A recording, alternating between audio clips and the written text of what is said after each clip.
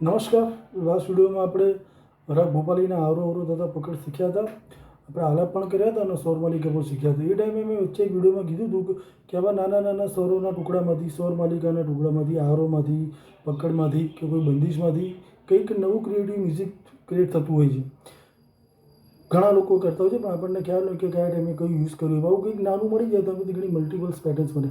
હવે આ જ સ્વર માલિકામાંથી તમે જોજો, હું આ જ વસ્તુ પિયાનોમાં કોડ સાથે વગાડીશ, એકદમ સુંદર લાગશે. સાંભળજો તમે.